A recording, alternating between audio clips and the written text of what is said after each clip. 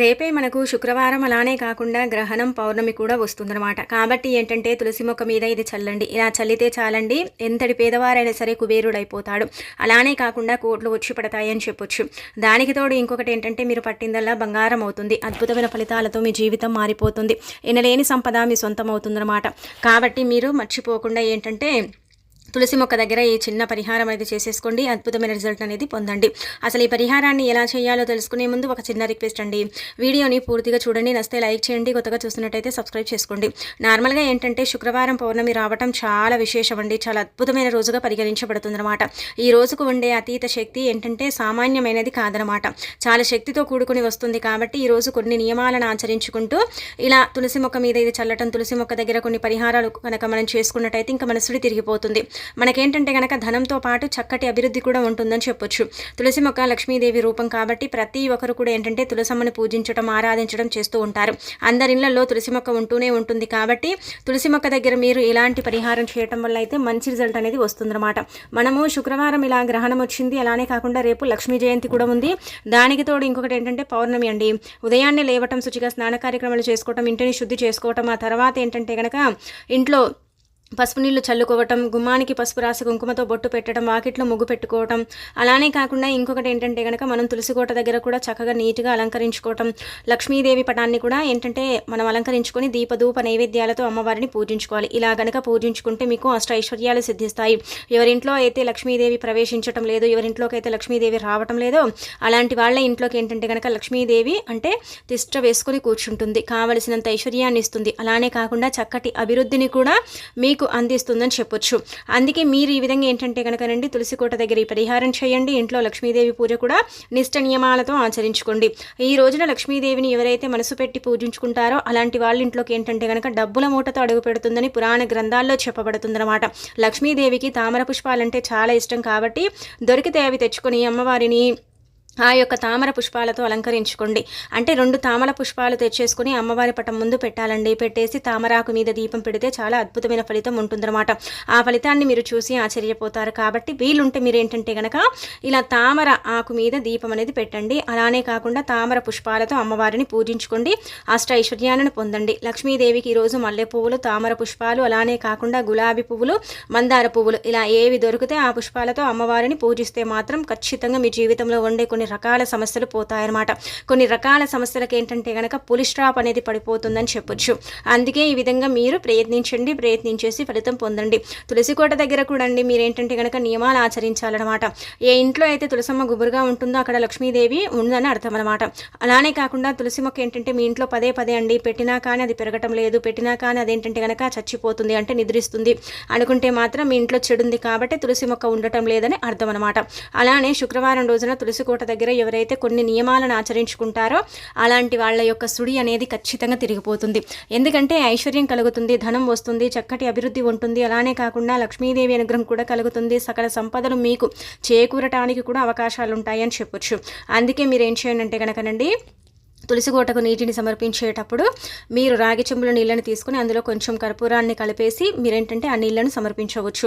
అలా చేసిన తర్వాత నమస్కారం చెప్పేసుకుంటే సరిపోతుంది. ముఖ్యంగా ఎవరికైతే లక్ష్మీ కటాక్షం లేదని బాధపడతారు, ఇబ్బంది పడిపోతూ ఉంటారు, ఏం చేయాలో అర్థం కాదు కదా, అలాంటి వాళ్ళు తులసి కోట దగ్గర ఇది కలిపి చల్లటం వల్ల అయితే అద్భుతమైన ఫలితాలు వస్తాయని మనకు పురాణాలలో చెప్పబడుతుంది. పౌర్ణమి అలానే కాకుండా లక్ష్మీ జయంతి, దానికి తోడు శుక్రవారం, ఇంతటి తిదివార నక్షత్రం మళ్ళీ మనకి ఇంకా జన్మలో రాకపోవచ్చండి.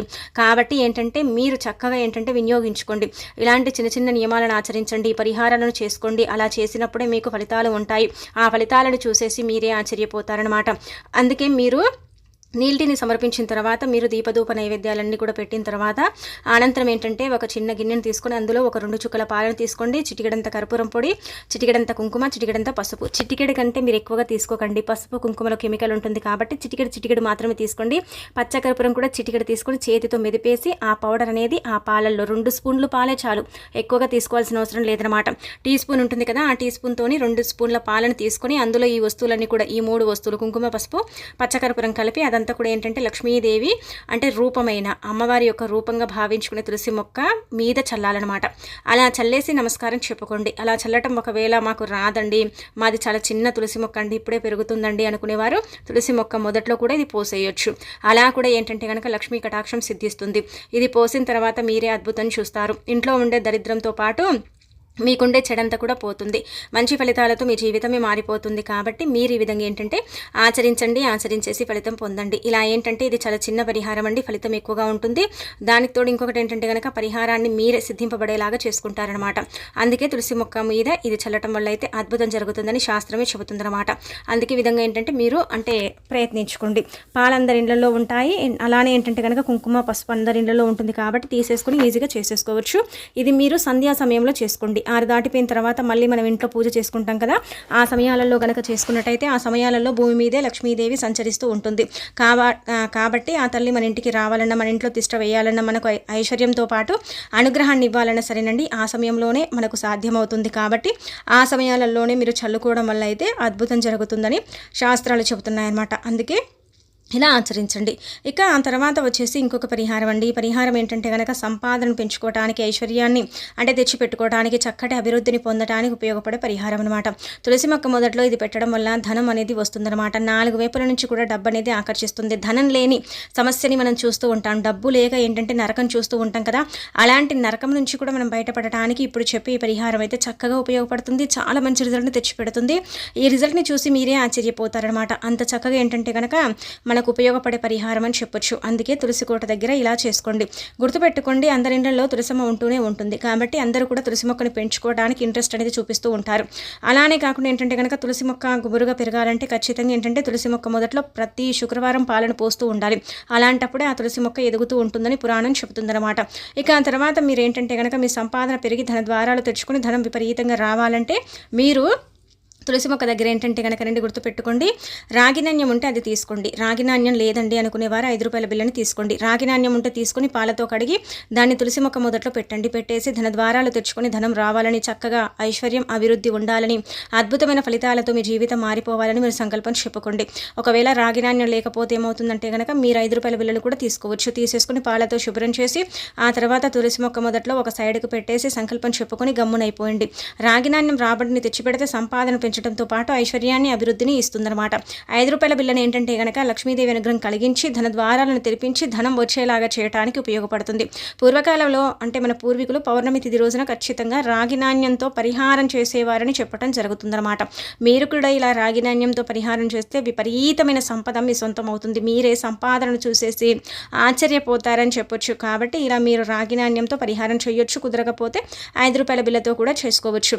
5 అనే సంఖ్య లక్ష్మీదేవికి ఇష్టం కదండి. కాబట్టి ఏంటంటే ఇలా 5 రూపాయల బిల్లతో కూడా మీరు పరిహారం చేయడం వల్ల అయితే అద్భుత ఫలితాలను అయితే చూస్తారనమాట. చాలా చిన్న పరిహారాలండి ఇవన్నీ కూడా, అందరికి అందుబాటులో ఉండేటివి కాబట్టి తీసుకోండి, అలానే చేసేసుకోండి. 5 రూపాయల బిల్లును పెట్టుకోండి. అలానే కాకుండా మీ సంపాదన పెంచుకోండి. ఎందుకంటే కనుక అవి తులసి మొక్క మొదట్లో పెడతాం కాబట్టి తులసి మొక్క అంటే ప్రతి దినం కూడా పూజలు అందుకునే మొక్క, పవిత్రమైన మొక్క, అక్కడ లక్ష్మీదేవి నివసించే చోటు అనమాట. అక్కడే ఆ తల్లి ఉంటుందని కొన్ని పురాణాలలో చెప్పబడుతుందన్నమాట.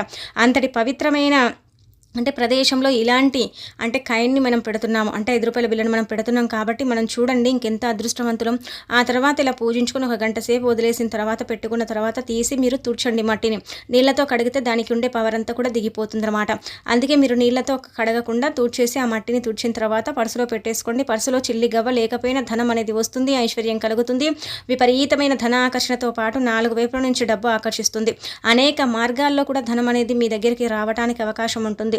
కొన్నిసార్లు ఏంటంటే అడిగిన వారు కూడా డబ్బు ఇవ్వరు, ఎగ్గొడుతూ ఉంటారు, ఏం చేయాలో అర్థం కాదు కదా, అలాంటి వాళ్లకు డబ్బు వచ్చే అవకాశం కూడా ఉంటుందని శాస్త్రమే చెబుతుందన్నమాట. శాస్త్రాల ప్రకారం ఏంటంటే మనకు ఈ పరిహారం తప్పక సిద్ధిస్తుంది, మంచి ఫలితాన్ని తెచ్చిపెడుతుంది. కాబట్టి మీరు కూడా ఈ విధంగా పరిహారం చేసుకుంటే ఫలితం అనేది వస్తుందన్నమాట.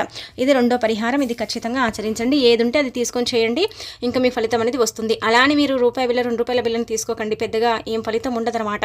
ఇలా 5 రూపాయల బిల్ల రాగి నాణ్యం తీసుకొని చేయొచ్చు. రూపాయి 2 రూపాయల వల్ల మనకేం పెద్దగా రిజల్ట్ అనేది రాదండి. పరిహారం అంతా కూడా వేస్ట్ అయిపోతుంది. కాబట్టి అలా మీరు ప్రయత్నించకండి.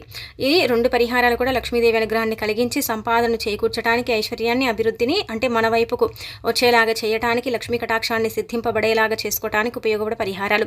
రేపు తిదివార నక్షత్రం బాగుంది కాబట్టి చేయటం వల్ల అయితే మంచి ఫలితం అయితే వస్తుందన్నమాట, అంటే పౌర్ణమి రోజు. ఇక ఆ తర్వాత ఇప్పుడు చెప్పే ఈ పరిహారం అండి, ఇది చాలా చాలా శక్తివంతమైన పరిహారం, చాలా చిన్న పరిహారం, అద్భుతమైన పరిహారం. ఏంటంటే కనుక లక్ష్మీదేవి యొక్క అనుగ్రహం కలిగి మనకు ఉండే అనారోగ్య సమస్యలన్నీ కూడా తొలగిపోయి ఆరోగ్య ప్రాప్తి కలగటానికి ఉపయోగపడే పరిహారం అనమాట. ఇది కూడా మీకు బాగా పనిచేసే పరిహారం, చాలా చాలా శక్తివంతమైన పరిహారం. ఇది చాలా మందికి తెలిసుండొచ్చు, కొంతమందికి తెలియకపోవచ్చు.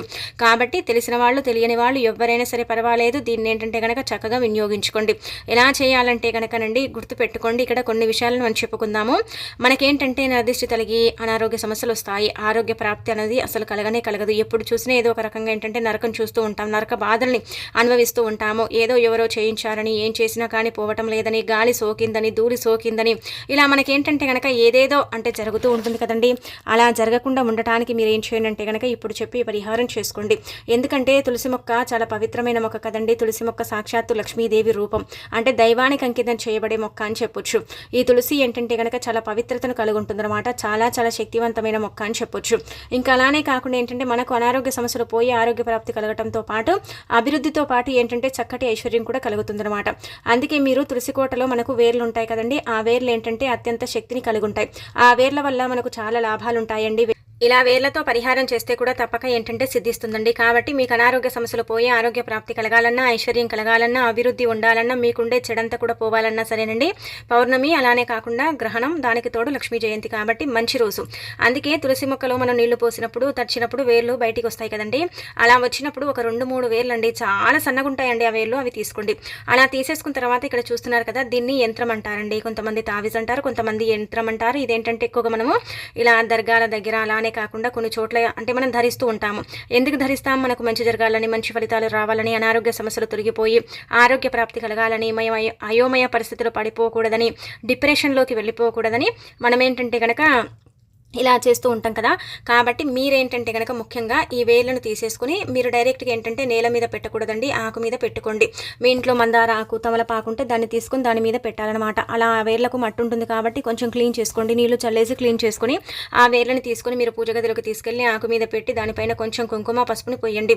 పోసిన తర్వాత ఏంటంటే ఆ వేర్లండి తీసుకుని యంత్రం అనేది మనకు బంగారం వెండి అమ్ముతారు కదా, అలాంటి షాప్లో దొరుకుతుంది అనమాట. తెచ్చుకోండి. మహా అంటే 50 30 రూపాయలు ఉంటుంది, అంతకు ఎక్కువ ఉండదనమాట. ఒక సైడ్ నుంచి క్యాప్ అనేది ఓపెన్ ఉంటుందండి ఆ యంత్రానికి. అలా తావీజుకి ఏంటంటే కనుక యంత్రం ఓపెన్ అంటే తీయొచ్చు, అంటే క్యాప్ ఉంటుంది, అది తీసేసి ఈ యొక్క మనం తీసుకున్న ఈ యొక్క అంటే మనం తీసుకున్న ఇవన్నీ కూడా ఏంటంటే కనుకనండి చక్కగా పూజించుకోవాలన్నమాట. ఈ వేర్లు పూజించుకున్న తర్వాత ఆ వేర్లని మనము ఈ యొక్క యంత్రంలో పెట్టేసి మూత పెట్టి ఆ తర్వాత దాన్ని ఎరుపు రంగు తాడుతో కానీ లేదంటే నల్లటి తారుతో కానీ మనం మెడలో ధరించాలి. అలా ధరించడం వల్ల మనకు మంచి ఫలితాలు ఉంటాయి, అద్భుతమైన రిజల్ట్ అనేది వస్తుంది. మనం అది చూసి ఆశ్చర్యపోతాము. చాలా వరకు కూడా ఏంటంటే కనుకనండి మంచి శుభ ఫలితాలను పొందడానికి పరిహారం చేసుకోండి. ఇది ఒక్కసారి ధరిస్తే 41 రోజుల వరకు ఎలాంటి ఎఫెక్ట్ ఉండదు. కొంతమందికి 3 నెలలు కూడా పనిచేస్తుంది, కొంతమందికి 5 నెలలు కూడా పనిచేస్తుందని శాస్త్రంలో చెప్పబడుతుంది. కాబట్టి మీరు కూడా ఈ విధంగా ఆచరించేసి ఫలితం పొంది మీ జీవితాన్ని మార్చుకోండి. మీకుండే అనారోగ్య సమస్యలతో పాటు అనేక రకాల ఇబ్బందుల నుంచి మీరు బయటపడండి. చాలా చక్కగా ఉపయోగపడే పరిహారం అండి. ఈ వేర్లు ఏంటంటే కనుక నీళ్లు పోసిన తర్వాత ఒక సైడ్ నుంచి తీసి ఆ వేర్లను పూజించి ఈ విధంగా పరిహారం చేసుకుంటే మాత్రం లక్ష్మీదేవి అనుగ్రహంతో ఇంకా మీకు తిరుగుండదండి. ఇంకా